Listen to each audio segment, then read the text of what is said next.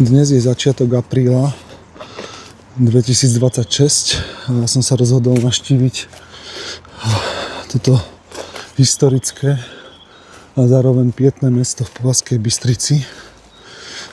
Je to židovský cintorín, ktorý sa nachádza v meste, ale zároveň je tak trošku ako keby bokom zabudnutý. Tento cintorín je tu zhruba od 17. storočia a je to taká posledná z pamiatok na židovskú kultúru, ktorá tu kedysi v Považskej Bystrici žila. Nielen na židovskú teda kultúru, ale na židov, ktorí tu v Považskej Bystrici žili, a z toho si vieme logicky asi odvodiť, dokedy tento cintorín fungoval, kedy boli Židia deportovaní a vlastne židovské obyvateľstvo v Považskej Bystrici vymrelo alebo skončilo. Čiže cintorín fungoval zhruba do tých 40 rokoch minulého storočia, o čom svedčia aj náhrobné kamene. Tie staršie sú z Pieskovca, tie novšie sú zo Žuly, sú tu aj celkom pekné náhrobné kamene naozaj z čiernej žuly, ktoré ale samozrejme už podľahli rôznym vandalom, ktorí tento cintorín navštevovali. Dokonca som počul, že niektoré tie náhrobné kamene sa odtiaľto aj kradli. Neviem, ako sa dal ešte použiť taký náhrobný kameň. Či ho vedel ešte niekto na niečo využiť. Jednoznačne, ak ste tu aj vy niekedy boli, prípadne niektorá z informácií, ktorú uvediem, bude nepresná. Budem rád, ak ma opravíte dole v komentároch a dáte svoj postreh k tomuto miestu. Momentálne je toto miesto vyčistené, pretože ešte pár rokov dozadu to tu vyzeralo o mnoho horšie. Pamätám si, keď to bolo všetko zarastené a stretávali sa tu po večeroch rôzne skupinky. Väčšinou to tu bolo zahádzané odpadkami, fľašami. Samozrejme, bolo to výborné miesto, keďže tu nie je žiadne pouličné osvetlenie a v podstate môžete si tu vykrikovať na blízku. Moc nie je kto by vás tu rušil. Ešte aj teraz tu môžete vidieť pozbierané fľaše vo vreci od alkoholu. Takže toto miesto bolo, alebo prv vyzeralo naozaj viac zdevastované alebo zarastené ako teraz. Zdevastované je aj teraz, ale už nie je aspoň také zarastené. No a tento cintorín patrí židovskej obci. Ale samozrejme, ako som povedal, v Považskej už nie je nikto, kto by sa o tento cintorín, myslím, zo Židov staral, pretože tu žiadni Židia nie sú. Všetci boli v tých 40 rokoch deportovaní. Dokonca niektorí považsko-bystrickí Židia boli deportovaní aj do Osviečimu. Poznám príbeh jedného považsko-bystrického Žida, ktorý Osviečim prežil a potom sa aj následne vrátil do Považskej Bystrice. Vrátil sa tak, že respektíve v krátkosti, lebo však toto má byť o židovskom cintoríne, nie o príbehoch. Tento Žid prežil vo Osviečime spôsobom, že sa dal do nejakého latrínového komanda na prácu, ktorú samozrejme nikto moc nechcel robiť. Tak čistil latriny, ktorí boli zároveň ukrytom či na potraviny, alebo aj pre samotných ľudí, takže takto sa mu tam podarilo nejako vo Osviečime prežiť. Následne teda po návrate na Slovensko vstúpil do Československej armády a vrátil sa do Považskej, kde v jeho dome už žili nejakí ľudia, ktorí keď ho videli v uniforme, tak mali trošku obavu a prislúbili mu, že všetok majetok a ten dom mu vrátia. Ale teda taká bola dohoda, on sa vrátil zase na boisko, alebo neviem teda, kde slúžil. A po pár mesiacoch, po skončení vojny sa vrátil do Považskej Bystrice a chcel teda naspäť svoj dom, čo mu ale už nebolo umožnené, nakoľko už nenosil uniformu a nemali z neho tí súčasní obyvatelia nejakú obavu, takže jeho majetok mu nenavrátili. Naopak ešte sa mu tu v Považskej vodilo dosť zle, nakoľko bol svedkom rôznych udaní ľudí, ktorí napomáhali nacistom a svedčil na rôznych súdoch. Tým si ho Považsko-Bystričania znenávideli, alebo on si tu znepriatelil ľudí, takže mu tu robili v Považskej Bystrici ešte zle tomuto Židovi. Preto sa rozhodol z Považskej Bystrice odísť a myslím, že sa presťahoval do Žiliny, kde žil do konca svojho života. Celkom vysokého veku sa dožil a zomrel, myslím, že v roku 2009. Takže v skratke toľko o Židoch z Považskej Bystrici, ktorí sa sem už nevrátili, alebo aj keď sa vrátili, tak tu nenašli podmienky na život, ktoré by boli vyhovujúce. No a späť teda k cintorínu. Ako si všimnete, je obohnaný dookola múrom,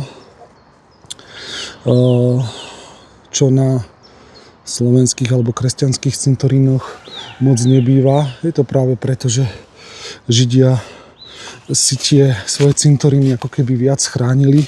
Pre Židov je nemysliteľné, aby váš hrob niekto exhumoval, alebo aby vám ten hrob niekto po desiatkách rokoch prebral, ako to býva zvykom na našich cintorínoch, že keď sa prestane platiť za hrobové miesto, ubehne nejaký čas, tak na to isté hrobové miesto sa môže pochovať niekto ďalší. Pri Židoch to takto nie je. Oni si tie svoje hrobové miesta vážia a aj keď niekoho teda pochovajú na tom istom mieste, tak tie náhrobné kamene tam nechávajú. Príkladom je židovský cintorín v Prahe, kde je vraj pochovaných na sebe až 12 hrobov, s tým, že tam tá hlina bola postupne navážaná, aby sa mohli pochovávať ďalší a ďalší. Ale s tým telom sa hýbať nesmelo. Tam raz, kde je pochované, tam sa musí nechať. A preto aj tieto židovské cintoríny tu stále ostávajú, sú vo vlastníctve tej židovskej obce. A nič sa tu s tým nerobí. Preto to mali Židia aj vlastné cintoríny, pretože mali iné zvyky ako kresťania a Slováci, iné zvyky, čo sa týka pochovávania, iné náboženské zvyky. Nikde na tých hrobov vraj nie je vidno žiadna podobizeň, či už formou fotografie, obrázku alebo sochy. Je to robené tak, že Židia a judaizmus sa riadí biblickým prikázaním, že neurobíš si žiaden obraz Boha ani ničoho, čo by si uctievala. Takto nejako si to preniesli aj na cintoríny, že by tu nemali byť teda vyobrazení ich podobizne. Preto na tých náhrobných kameňoch nájdeme naozaj len údaje, meno, dátum narodenia, úmrtia, prípadne nejaké symboly, ktoré značia, čo ten človek robil počas života, alebo aký bol, či bol kňaz, či bol rabín, či bol nejaký krajčír, keď sú tam nožnice. Tie symboly bývajú naozaj rôzne. Takže z tohto dôvodu mali Židia v Považskej Bystrici vlastný cintorín, vlastné zvyky, vlastné pochovávanie. A tento cintorín sa nachádza, ako je tu krásne vidno, pod novou diaľničnou estakádou, ktorá ústí zo Šibeničného vršku. Šibeničný vršok je asi Považsko-Bystričanom dobre známy. Prečo šibeničný? Pretože sa na ňom popravovali ľudia a dokonca posledná poprava, to je taká zaujímavosť, bola vykonaná, myslím, že v roku 1944, čo nemáme ani 100 rokov dozadu, kedy tu popravili pána z Papradňa, myslím, že bol z Papradňanskej doliny, za to, že napomáhal, tam bolo síce viacej trestných činov, ale aj za napomáhanie partizánom, a visel tam niekoľko dní, pretože to neslúžilo len ako popravisko, ale aj ako taký odstrašujúci bod, na ktorý bolo vidno z každej strany, pretože to bolo na kopci, pre tých, ktorí by chceli robiť podobné skutky ako tí, čo boli popravení. Môžeme ešte vidieť nejakú bránku, vyzerá, že je otvorená, ale aj v plotoch je veľa otvorov. No aby som sa vrátil k tomu pánovi, ktorého tam teda posledného popravili, tak visel tam niekoľko dní na tom šibeničnom vršku, a čiže bol na očiam všetkým Povazkobystričanom. Je to až neuveriteľné, že to nie je ani 100 rokov dozadu, kedy takto niekoho popravili v Povazkej Bystrici. No a po tých dňoch, po ktorých tam visel, keď ho dávali dole, tak sa k tomu ešte vraj, že taká príhoda, vraj boli nejakí nešikovní, telo sa im zošmyklo a prosím pekne sa skotúlalo dole šibeničným vrškom. Takže takto dopadla posledná poprava v Povazkej Bystrici na šibeničnom vršku. Predtým to bolo nejaké hradisko, aj tam prebiehal archeologický výskum, keď sa diaľnica robila. Samozrejme termíny nepustili a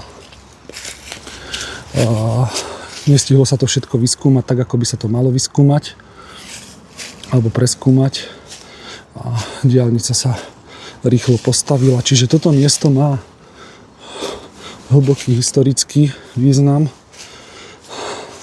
ale aj moderný význam, pretože mnoho ľudí, ktorí jazdia dnes po tejto diaľnici, ani nevedia, že pod ich kolesami sa konali kedysi popravy alebo bolo nejaké hradisko. Tuto ešte pozerám náhrobné kamene, ktoré, ako som už spomínal, sú väčšinou z Pieskovca, ale aj zo Žuly. A napríklad na tomto je nejaký symbol. To, čo som spomínal, sú tu, ak si môžete všimnúť, tak to dám sa na bok, nech tu nemáme tieň. Sú tu ruky, ktoré žehnajú, a tie označujú hrob Kohéna. To sú potomkovia, alebo samotní kňazi, alebo potomkovia kňazov. Čiže tuto sa dá povedať, že je pochovaný nejaký kňaz, alebo bol pochovaný. A stále je. Čiže takéto symboly môžeme na týchto náhrobných kameňoch nájsť, ktoré sú v hebrejčine, v maďarčine, v nemčine som si všimol, že sú tu náhrobné kamene. Takže toľko asi k tomuto miestu, ktoré je trošku zabudnuté a takto zničené. Toto je posledná spomienka na Židov v Povazkej Bystrici. Nakoľko kedysi tu bola aj synagóga, ktorá ale bola zničená, namiesto nej sa spravil obchodný dom Považan a nakoniec aj ten bol zničený pri modernizácii mesta. Aj tento obchodný dom Považan bol zbúraný, takže naozaj nič tu po Židoch neostalo a myslím, že ani žiadni Židia asi v Povazkej Bystrici už nežijú. Tak pekný deň prajem.